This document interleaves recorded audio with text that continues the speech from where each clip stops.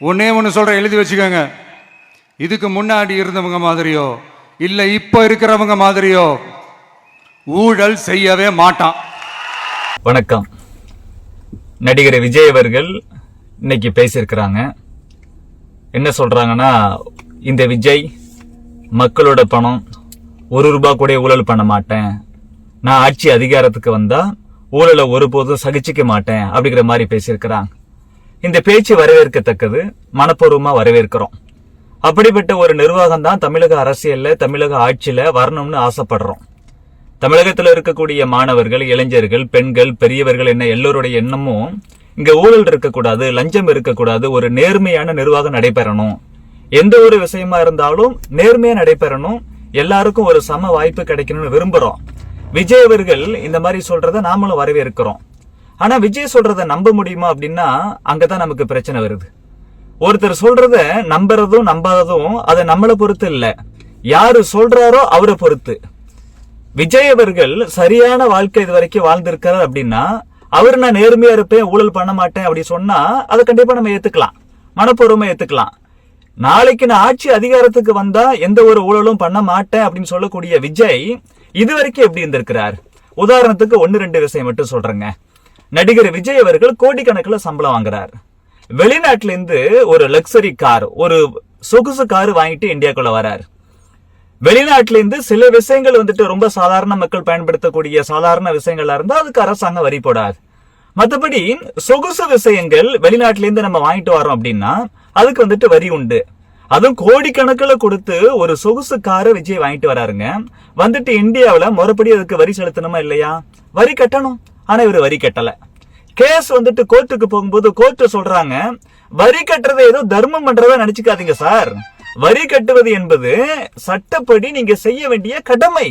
நீங்க செய்ய வேண்டிய விஷயத்தையே செய்யல அப்படி சொல்லி எதிர்கட்சி இல்ல, இன்னைக்கு இருக்கக்கூடிய திமுக, அதிமுக இல்ல வேற கட்சிகள் எதுனாலும் இருக்கட்டுமே, இன்னைக்கு திமுகவுக்கு விஜய் பிடிக்கல, அதிமுகவுக்கு விஜய் பிடிக்கல, இந்த மாதிரி தாவேகாவுக்கு எதிர்கட்சிகளா இருக்கக்கூடியவங்க விமர்சனம் பண்ணல. நீதிமன்றம் சொல்லுது விஜய் அவர்கள் சொகுசு கார் வாங்கி வரி கட்டாம இருக்கிறது தப்பு. ஏன்னா வரி கட்டு என்பது ஒவ்வொருத்தருடைய கடமை. வரி கட்டுவது என்பது அந்த கடமை. அந்த கடமைய செய்யாம இருக்கிறது மிகப்பெரிய தவறுன்னு சொல்லி கோர்ட்டு கண்டிச்சிருக்கு. இது ஒரு விஷயம். இப்படிப்பட்ட விஜய் தான் நான் நாளைக்கு ஆட்சி அதிகாரத்துக்கு வந்தேன்னா கண்டிப்பா ஊழல் பண்ண மாட்டேன்னு சொல்றாரு. எப்படி நம்ப முடியும்? 2வது விஷயம், ஒரு 6-7 வருஷத்துக்கு முன்னாடி வருமான வரி விஜய் வீட்டுல ஆபீஸ்ல எல்லாம் ரெய்டு போகிறாங்க. அப்போ அந்த ஆண்டு விஜய் இந்த ஒரு வருஷம் எனக்கு வருமானம் இவ்வளவு இத்தனை கோடின்னு சொல்லியிருக்கிறார். அப்பதான் புலி படம் வந்திருக்குது. அந்த புலிங்கிற விஜயோட படத்துக்கு 15 கோடி ரூபாய் ஒரு சம்பளம் வாங்கியிருக்கிறார். நம்ம சாதாரணமா கொஞ்சோண்டு சம்பாதிக்கிறவங்களே, மாசம் மாசம் கொஞ்சமா சம்பாதிக்கிறவங்களே வருமான வரி கட்டுறோமா இல்லையா? நாம பல பொருட்களுக்கு வரி கட்டித்தானே பொருட்களை வாங்குறோம். விஜய் அவர்கள் புலி படத்துக்கு 15 கோடி ரூபாய் சம்பளம் வாங்கி, ஆனா அந்த சம்பளத்தை அப்படியே மறைச்சிட்டார். அந்த வருஷம் எனக்கு இத்தனை கோடி தான் வருமானம் சொல்லி இவர் சொல்றாரு. இத்தனை கோடி தான் வருமானம் சொல்றாரு, அதுல புலி படத்துக்கு வாங்கின 15 கோடி சம்பளத்தை மறைச்சிட்டார். ஐடி ரெய்டு போன வருமான வரித்துறை அது கண்டுபிடிக்குது. கண்டுபிடிச்சு என்ன செய்யறாங்க, 1.5 கோடி ரூபாய் அதுக்கு ஃபைன் போடுறாங்க, அபராதம் போடுறாங்க. விஷயம் கோர்ட்டுக்கு போகுது. விஜய் என்ன திரும்ப சொல்றாரு, ரொம்ப லேட்டா எனக்கு 1.5 கோடி ரூபாய் இவங்க ஃபைன் போட்டிருக்கிறாங்க, அதனால இது தள்ளுபடி பண்ணணும். ஏங்க, உங்களுக்கு வந்த வருமானம் 15 கோடி, அதை காமிக்கணுமா இல்லையா? அந்த 15 கோடிக்கு எவ்வளவு வருமான வரியோ அதை செலுத்தணுமா இல்லையா? அதை ஏன் மறைச்சிங்க? நீங்க இப்ப நேர்மையானாளா? உங்ககிட்ட ஆட்சி அதிகாரம் இல்லாதப்பவே நீங்க சொகுசு காரு வாங்கினா அதுக்கு வரி கட்டாம கொண்டு வரீங்க. கோர்ட்டே உங்களை விமர்சனம் பண்ணுது, கண்டிக்குது. அதே போல வாங்கின சம்பளத்தை அரசாங்கத்திட்ட மறைக்கிறீங்க. ஏன் மறைக்கிறீங்க? கட்ட வேண்டிய வரிய கட்டுறதுக்கு உங்களுக்கு மனசு இல்ல சார். வெறும் 1.5 கோடி ரூபாய் அதை போய் மறைக்கிறீங்க, அதை போய் கட்ட மாட்டேன் சொல்லி மறுபடியும் கோர்ட்டுக்கு போறீங்க. இப்படி அதிகாரம் இல்லாதப்பவே தனி மனித லாபத்துக்காக உங்ககிட்ட கோடிக்கணக்கில் பணம் இருக்கு. நீங்க தான் சொல்றீங்களே என் கரியரோட உச்சத்தை விட்டுட்டு வரேன்னு சொல்லி. கரியர்ல உச்சத்துல இருக்கக்கூடிய நீங்க, ஆயிரக்கணக்கான கோடி ரூபாய் சம்பளம் வாங்கக்கூடிய நீங்க, அரசாங்கத்துக்கு கட்டக்கூடிய, சட்டப்படி கட்டக்கூடிய வருமான வரியை ஏன் மறைக்கிறீங்க? நீங்க நாளைக்கு ஆட்சி அதிகாரத்துக்கு வந்தா இன்னும் எத்தனை கோடி ரூபாய் கொள்ளடிப்பீங்க? இப்ப நீங்க சொல்றீங்க நாங்க தியாகம் பண்ணிட்டு வரோம் அப்படி சொல்லி. உங்களை யாரு தியாகம் பண்ண சொன்னா? தியாகம் என்பது என்ன? சின்ன வயசுல இருந்து இந்த நாட்டுல அரசியல் என்பது ரொம்ப மோசமா இருக்கு. திமுக போன்ற கட்சிகள் சுயநலத்துக்காக மட்டுமே அரசியல் நடத்துறான். தமிழக மக்கள் நிறைய கஷ்டப்படுறாங்க, இந்திய நாட்டு மக்கள் ரொம்ப கஷ்டப்படுறாங்க, படிச்ச மாணவர்களுக்கும் இளைஞர்களுக்கும் நேர்மையா வேலை கிடைக்க மாட்டேங்குது. அதனால என்னோட தனிப்பட்ட விஷயமோ என் குடும்பமோ நான் எதை பத்தியும் பார்க்காம இந்த நாட்டுல அரசியலை நான் தூய்மைப்படுத்தணும், ஒரு நேர்மையான லஞ்ச ஊழலற்ற ஒரு அரசியலை கொண்டு வரணும், நல்ல நிர்வாகத்தை கொடுக்கணும்னு சொல்லி வாழ்க்கையே தியாகம் பண்ணக்கூடிய எத்தனையோ தலைவர்கள் இருக்கிறாங்க. அவங்க தான் தியாகிகள். பெருந்தலைவர் காமராஜர் தியாகி. இப்படிப்பட்ட ஆட்கள்லாம் இந்த சமுதாயத்துல இருந்திருக்கிறாங்க.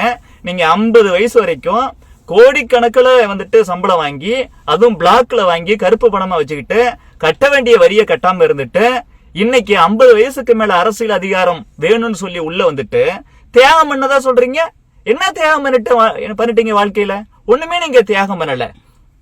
விஜய் போன்ற ஆட்கள் தியாகம் பண்ணிட்டுலாம் அங்க வரலங்க. அவங்களோட நோக்கம் என்பது ஆட்சி அதிகாரத்துக்கு வந்தா இன்னும் கோடி கோடியா கொள்ளடிக்கலாம், நிறைய அதிகாரத்தை என்ஜாய் பண்ணலாம் அப்படிங்கிற எண்ணத்துல தான் வராங்களொழிய மக்களுக்கு நல்லது பண்ணணுங்கிற எண்ணத்தெல்லாம் வரல அப்படிங்கறத இதன் மூலமா தமிழக மாணவர்களும் இளைஞர்களும் பெண்களும் பெரியவர்களும் தெரிஞ்சுக்கணும். யாருங்க தியாகம் பண்றா? பெருந்தலைவர் காமராஜர் தியாகம் பண்ணார். 9 ஆண்டுகள் முதலமைச்சராக இருந்தார் தமிழ்நாட்டுல. ₹1 கூட ஊழல் பண்ணல. அவர் ஊழல் பண்ணாதது மட்டும் இல்ல, அவர் கூட இருந்த மந்திரிகள் யாரும் ஊழல் பண்ணாம பாத்துக்கிட்டார். அதே போல இன்னைக்கு பாரத பிரதமராக இருக்கக்கூடிய நரேந்திர மோடி அவர்கள் 2001 இருந்து 2014 வரைக்கும் 13 ஆண்டுகள் குஜராத்தோட முதலமைச்சராக இருந்தார். ₹1 கூட ஊழல் பண்ணல. அவருக்கு கீழே இருந்த மினிஸ்டர்ஸ் யாரையும் ஊழல் பண்ண விடல. எல்லாத்தையும் தன்னை போலவே நேர்மையா வச்சிருந்தார். அதே போல 2014 இருந்து இன்னைக்கு 2026 தொடர்ந்து 12வது ஆண்டா இந்தியாவோட பிரதமராக இருக்கிறார். உலகம் போற்றும் தலைவனாக இருக்கிறார். இந்த 12 ஆண்டுகள்லயும் அவர் மேல ஒரு ஊழல் குற்றச்சாட்டு கிடையாது. அவருக்கு கீழே கிட்டத்தட்ட 75 மந்திரிமார்கள் இருக்கிறாங்க. ஒருத்தர் மேல ஊழல் குற்றச்சாட்டு இல்ல. அந்த மாதிரி நேர்மையா இருக்கிறார். 13 வருஷம் குஜராத்தோட முதலமைச்சர், தொடர்ந்து 12 ஆண்டுகளாக இந்தியாவோட பிரதமர். இப்படி முதலமைச்சர் பிரதமர் உச்சபட்ச பதவியில தொடர்ந்து 25 ஆண்டுகள் இருந்தாலும் கூட பெருந்தலைவர் காமராஜர் போல ₹1 கூட ஊழல் செய்யாதவர் நரேந்திர மோடி. தான் ஊழல் செய்யாம நேர்மையாக இருக்கிறதோடு மட்டும் இல்லாம தனக்கு கீழே இருக்கக்கூடிய மந்திரிமார்கள் உயர் அதிகாரிகள் யாருமே ஊழல் செய்யாம நேர்மையா வச்சிருக்கிறார். இவர் தான் தியாகி. அவர் தான் வந்துட்டு தியாக செம்மல். அவர் தான் நேர்மையின் சின்னம், நெருப்பு போன்ற நேர்மையாளர். இப்ப இங்க இருக்கக்கூடிய மாணவர்கள் இளைஞர்கள் பெண்கள் நல்லா புரிஞ்சுக்கணும். ஒருத்தர் அதிகாரம் இல்லாதப்பவே சாதாரண ஒரு சினிமா நடிகர் இருக்கும் போது, அதுவும் கோடிக்கணக்கில் ஆயிரக்கணக்கான கோடியில சம்பளம் வாங்கும் போது முறையா கட்ட வேண்டிய வரியை கூட மறைக்கிறாரு. ஆனா இவரு நான் ஆட்சிக்கு வந்தா ஊழல சகிச்சுக்க மாட்டேன், ஊழல் பண்ண மாட்டேங்கன்னு சொல்றாரு. இவரை நம்ம நம்புறதா? ஆனா ஒருத்தர் வாழ்க்கையே தியாகம் பண்ணி, என் குடும்பம் முக்கியம் இல்லை, என் வாழ்க்கை முக்கியம் இல்லை, இந்த நாட்டை முன்னேற்றணும், இந்த நாட்டு மக்களுக்கு நிறைய நல்லது செய்யணும்னு சொல்லி தொடர்ந்து சின்ன வயசுல இருந்து அரசியல் இருந்து தொடர்ந்து 25 வருஷம் உயர பதவியில இருந்தாலும் கூட ₹1 கூட ஊழல் பண்ணாம தான் அமைச்சரவையில் இருக்கக்கூடிய மந்திரிமார்களும் ₹1 கூட ஊழல் பண்ணாம பாத்துக்கிறாரு. அவரை நம்ம நம்பணுமா? அவரை ஆதரிக்கணுமா? ஊழல் பேருவழிகள் யார் நமக்கு ஏற்கனவே தெரியுது, அவங்கள ஆதரிக்க கூடாது. அதிகாரம் இல்லாதப்பவே இவ்வளவு ஊழல் பண்ணிருக்கீங்களே, இவ்வளவு மறைச்சிருக்கீங்களே, மறைக்கிறது ஊழல் தானே. வரி கட்டாம ஏமாத்துறது, வரி ஏய்ப்பு என்பது ஊழல் தானே. அதிகாரம் இல்லாதப்பவே நீங்க இப்படி பண்ணிருக்கீங்க, உங்களை நம்பி நாங்க எப்படி ஆட்சி கொடுக்க முடியும்? ஆனா நரேந்திர மோடி பாருங்க, எத்தனை வருஷம் 25 வருஷமா தொடர்ந்து வந்துட்டு முக்கியமான உயர் பொறுப்புல இருந்தாலும் கூட பெருந்தலைவர் காமராஜர் போல நெருப்பு போன்ற நேர்மை கொண்டவராக இருக்கிறார். அவரைத்தான் நாங்க ஆதரிப்போம்னு சொல்லி புத்திசாலித்தனமா முடிவெடுக்கணும். என்னைக்குமே தமிழகத்துல ஒரு பெரும் குறை உண்டுங்க. ஒரு மனிதன் அவங்க வாழும் போது, அவங்க அவ்வளவு நேர்மையானாலா இருக்கும் பொழுது அவங்கள ஆதரிக்காம இந்த எதிர்கட்சிகள் தப்பா அவதூறு கருத்தை பேசுறானே, அதை நம்பி அவங்கள தோக்கடிச்சுட்டு அவங்க செத்து போன போறோம், அவர் போல உண்டா, அவர் போல உண்டான்னு பேசுறமே, இது என்ன முட்டாள்தனம்? பெருந்தலைவர் காமராஜர் அவர்கள் 9 ஆண்டுகள் சிறப்பான நேர்மையான ஆட்சியை கொடுத்த அப்புறமும் கூட இந்த தீய சக்தி திமுக அவர் மேல அவதூறு குற்றச்சாட்டு எல்லாம் வச்சு, பொய்யான குற்றச்சாட்டுகள் எல்லாம் விமர்சனத்தெல்லாம் வச்சு அவரை தோக்கடிச்சிட்டாங்க. அவர் உயிரோட இருக்கும் போது நல்ல ஆட்சி கொடுக்கும் போது அவரை தோக்கடிச்சு விட்டு அவர் செத்தப்புறம் காமராஜர் ஆச்சு நல்லாச்சு சொல்லி என்ன பயன்? யாருக்கு என்ன பயன்? காமராஜருக்கு ஒண்ணு லாஸ் இல்ல, அவர் பதவிக்கு ஆசைப்படல. ஆனா அவரை இழந்துட்டுமே நாம. அதே போல இன்னைக்கு காமராஜர் போலவே நேர்மையா பெருந்தலைவர் காமராஜர் போலவே நேர்மையா பிரதமர் நரேந்திர மோடி இருக்கிறாரு. 25 ஆண்டுகளா உலகத்துல இந்த மாதிரி ஒரு தலைவன் உண்டா? உச்சபட்ச பதவியில இருந்து கூட ஒரு ஊழல் குற்றச்சாட்டு கூட இல்ல, ₹1 கூட திருடல, ஒரு லஞ்சம் வாங்கல, ஒரு ஊழல் பண்ணல. அவர் இருக்கிறார். அவரு ஆதரவு பெற்ற தேசிய ஜனநாயக கூட்டணி இன்னைக்கு தமிழகத்தில் இருக்கு. அதிமுக, பாஜக, பாமக, அமமுக, நம்ம ஜி.கே. வாசன் ஐயாவோட தமாக இப்படி பல கட்சிகள் ஒன்றிணைஞ்சிருக்குது. பிரதமர் நரேந்திர மோடி அவர்கள் மதுராந்தகத்துல வந்துட்டு தமிழக மக்கள்கிட்ட சொல்லிட்டு போயிருக்கிறாரு, பாரதிய ஜனதா கட்சி அங்கம் வகிக்கக்கூடிய தேசிய ஜனநாயக கூட்டணி டபுள் இன்ஜின் கவர்மெண்ட் தமிழகத்துல ஒரு நல்ல ஆட்சியை கொடுக்கும், ஊழலற்ற நேர்மையான ஆட்சியை கொடுக்கும், வளர்ச்சியை கொடுக்கும், மாணவர்களுக்கு இளைஞர்களுக்கு நல்ல எதிர்காலத்தை உண்டு பண்ண சொல்லியிருக்கிறாரு. அவங்கள ஆதரிக்கிறதா அப்படின்னு நம்ம தான் முடிவு பண்ணணும், அவங்கள தான் ஆதரிக்கணும். சும்மா சினிமாவில டயலாக் பேசுற மாதிரி மேடையில வந்துட்டு நான் அரசியலுக்கு வந்துட்டேன்னா, ஆட்சி அதிகாரத்துக்கு வந்துட்டேன்னா அதை பண்ணுவேன் இதை பண்ணுவேன்னு ஒரு ஏமாற்று பெருவெளி போய் சொல்லி கொண்டிருக்கிறார். விஜய் ஏமாற்று பெருவெளி தான். ஆதாரத்தின் அடிப்படையில் சொல்றோம். வரியே ஏய்க்கக்கூடிய ஆட்கள் நாளைக்கு வருங்கால தலைமுறையை ஏய்க்க மாட்டார், வருங்கால தமிழகத்தை ஏய்க்க மாட்டார் அப்படின்னு என்ன நிச்சயம் இருக்கு? அதனால தமிழகத்துல இருக்கக்கூடிய மக்கள் அனைவரும், குறிப்பாக மாணவர்களும் இளைஞர்களும் பெண்களும் இந்த விஜய் சொல்வதை நம்ம நம்ப கூடாது. விஜய்க்கு ஓட்டு போடுவதும் திமுகவுக்கு ஓட்டு போடுவதும் ஒன்றுதான்.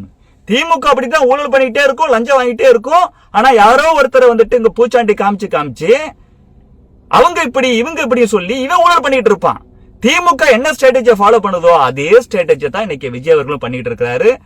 விஜயோட டிவிகேவும் ஸ்டாலினோட டிஎம்கேவும் வேற வேற கட்சி நினைக்காதீங்க, பேருக்கு தான் வேற. ஆனா ரெண்டும் ஒரே கொள்கை, ஒரே செயல்பாடு உடையது. இவங்க ஏமாற்று பெருவழிகள். தமிழகத்துல ஒரு நேர்மையான, லஞ்ச லாவணியமற்ற, ஊழலற்ற, ஒரு திறமையான, நம்ம எதிர்காலத்துக்கு நல்லது செய்யக்கூடிய ஒரு ஆட்சி வேணும்னா பாரதிய ஜனதா கட்சி அங்கம் வகிக்கக்கூடிய அதிமுக, பாமக, அமமுக, தமாக உள்ளிட்ட கட்சிகளும் ஒன்றிணைந்து உருவாக்கி இருக்கக்கூடிய தேசிய ஜனநாயக கூட்டணிக்குத்தான் ஆதரவளிக்க வேண்டும். அந்த ஆதரவு அளிப்பதுதான் தமிழகத்துக்கு நல்லது செய்யும் என்பதை நாம் நன்கு உணர்ந்து கொள்ள வேண்டும். அதுவே தமிழ்நாட்டுக்கும் தமிழக மக்களுக்கும் வருங்கால தலைமுறைக்கு நன்மை பயக்கும் என்பது ஒரு அரசியல்வாதியா இல்ல, ஒரு பொலிட்டிக்கல் சயின்ஸ் ப்ரொஃபஸரா என்னோட அனுபவத்துல, என்னோட அறிவுல நான் சொல்றேன். தமிழக இளைஞர்களும் மாணவர்களும் நல்ல விஷயம் தெரிஞ்சவங்க, உணர்ச்சி வசப்பட்டு சினிமா டயலாக் இந்த மாதிரி விஷயத்தை மட்டுமே நம்பி தவறான முடிவு எடுத்துடக்கூடாது. அப்படி எடுத்துட்டோம்னா என்ன தமிழக மாணவர்களுக்கும் இளைஞர்களுக்கும் ஒன்னும் விஷயம் தெரியல போல அப்படின்னு மற்ற ஸ்டேட்டுக்காரங்க எல்லாம் பேசுவாங்க. உனா நம்ம என்ன பெருமை பேத்திக்கிறோம்? வடநாட்டுல பாருங்க, பீகார், உத்தரப்பிரதேச இந்தி பேசக்கூடியவங்க எல்லாம் அந்த அளவுக்கு அறிவு இல்ல, நமக்கு தான் பகுத்தறிவு அதிகமா இருக்கு அப்படிலாம் சொல்றோம்ல. அங்க எங்கேயாச்சும் ஒரு சினிமா நடிகர் ஆட்சி அதிகாரத்துக்கு வரன்னு சொல்லி கட்சி ஆரம்பிச்சு வர முடியுதா? தமிழ்நாட்டுல மட்டும் இன்னும் எத்தனை வருஷத்துக்கு தான் நாம வந்துட்டு சினிமா பைத்தியமா இருக்கிறது? சினிமாவா ஒரு நடிகரா எனக்கு விஜய் பிடிக்கும், விஜயோட படங்கள் பிடிக்கும், அஜித்தோட படங்களும் பிடிக்கும், வடிவேல் ரொம்ப பிடிக்கும். அதுக்காக நம்ம வடிவேலை நம்பி தமிழக ஆட்சி அதிகாரத்தை கொடுத்துட முடியுமா? அப்படி கொடுத்தா நம்மளை பத்தி என்ன நினைப்பாங்க அவங்க? என்னடா சினிமாக்காரங்களை நம்பி இந்த மாதிரி ஆட்சி அதிகாரத்தை கொடுத்திருக்காங்களே. தமிழகத்துல இருக்கக்கூடிய மக்களுக்கு, குறிப்பா இந்த தலைமுறை சேர்ந்த மாணவர்களுக்கும் இளைஞர்களுக்கும் கொஞ்சம் கூட அறிவியலையான தப்பா நினைச்சிட மாட்டாங்களா? கண்டிப்பா தப்பா நினைப்பாங்க. அதுக்கு நம்ம இடம் கொடுத்து விடக்கூடாது. மாணவர்களை, இளைஞர்களை, பெண்கள்.